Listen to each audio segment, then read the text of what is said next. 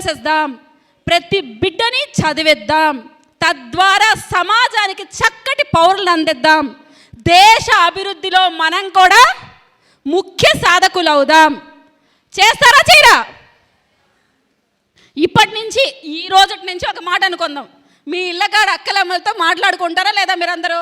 ఆ సీరియల్లో ఆమె అలా చేసింది, ఈ సీరియల్ ఎలా ఉంది, ఆ పక్కింటావా వాళ్ళతో మాట్లాడింది, ఎదురుంటావా వీళ్ళతో మాట్లాడింది, వద్దు.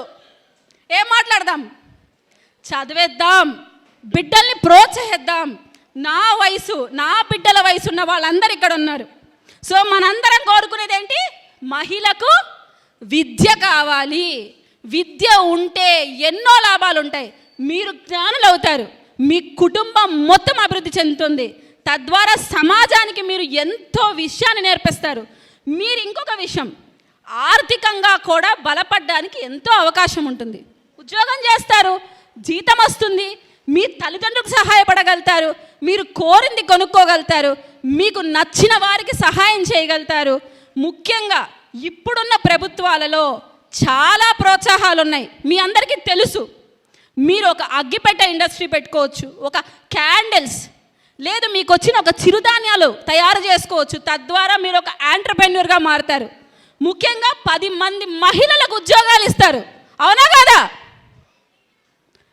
మీకు అక్కడే ఉంది చూపు, నా పైన లేదు. అవునా కదా? మరి చెప్పండి, మీరు అందరూ ప్రభుత్వం ఇచ్చే పథకాలను యూటిలైజ్ చేసుకుంటారా చేసుకోరా? ఖచ్చితంగా ఆలోచించండి. కేంద్ర ప్రభుత్వ సహకారంతో ఎన్నో పథకాలు వస్తున్నాయి మీరు అభివృద్ధి చెందడానికి, మనం అభివృద్ధి చెందడానికి. ఆర్థికంగా మహిళ అభివృద్ధి చెందితే తనకి ఫస్ట్ ఫ్రీడమ్ వచ్చినట్టే.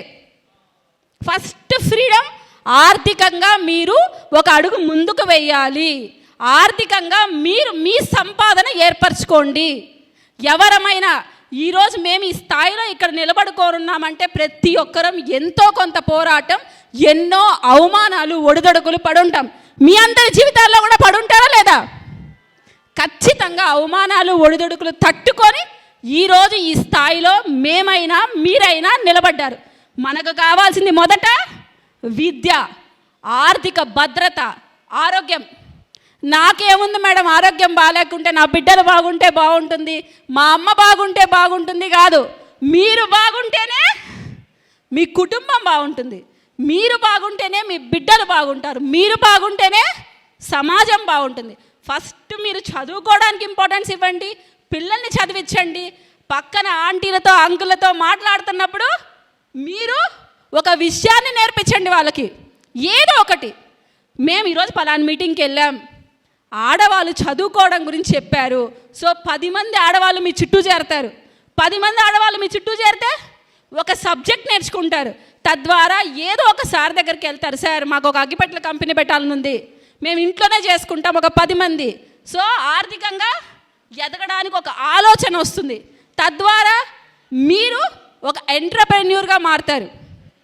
ప్రతి ఒక్కరూ ఆలోచించండి అమ్మా. ఈరోజు ఈ మీటింగ్కి వచ్చాం, నలుగురం కలకల్లాడుతూ రెడీ అయ్యి వచ్చాం, బాగా ఫోటోలు తీసుకున్నాం, మళ్ళీ ఇంటికి వెళ్ళిపోతాం. అలా కాదు, ఒక మీటింగ్కి వెళ్ళారు, ఎంతో కొంత నేర్చుకుంటారు. ఆ నేర్చుకున్న దాన్ని ఇంప్లిమెంట్ చేయండి, బిడ్డల్ని చదివించండి, మీ ఆరోగ్యాలు బాగా చూసుకోండి. ఫస్ట్ మీ ఆరోగ్యం బాగా చూసుకోండి, టయానికి తినండి, మంచి ఆలోచనలు చేయండి, ఆర్థికంగా ఎదగండి. రాష్ట్ర అభివృద్ధి, దేశ అభివృద్ధి మహిళల చేతిలో మాత్రమే ఉంటుంది. మనం బాగుంటే సమాజం బాగుంటుంది. మహిళా నాయకత్వం వర్ధిల్లాలి, మహిళా నాయకత్వం. అన్నం తినలేదు మీరు, ఉత్సాహం లేదు, నేను ఉత్సాహంగా మాట్లాడుతున్నాను, నేను టిఫిన్ కూడా సరిగ్గా తినలేదు. మహిళా నాయకత్వం, మహిళా నాయకత్వం.